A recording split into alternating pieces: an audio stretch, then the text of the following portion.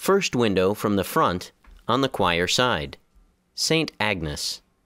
There are about a dozen St. Agneses, but the one most remembered by us as Catholics is a 13-year-old teenager and a virgin who was martyred in the persecution of Emperor Diocletian in 305 AD.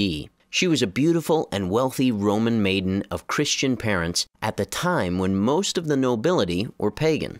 One story says that a rejected suitor betrayed her to the authorities. She professed her faith and was sentenced to die by fire. Another story said she remained unharmed by the flames and was finally decapitated or killed by a sword.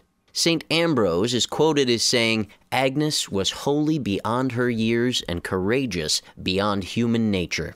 She is often pictured with a lamb, a symbol of purity. Because of the similarity between her name and the Latin word for lamb, agnus, on her feast day, January 21st, 2 lambs are blessed, and their wool is made into pallia, or pallium. The pallium is the white strip of cloth with black crosses embroidered on them, given by the Pope to archbishops of the church. It is worn around the neck of the archbishop in solemn ceremonies. In our window, she holds the palm of martyrdom and a sword that brought her to death.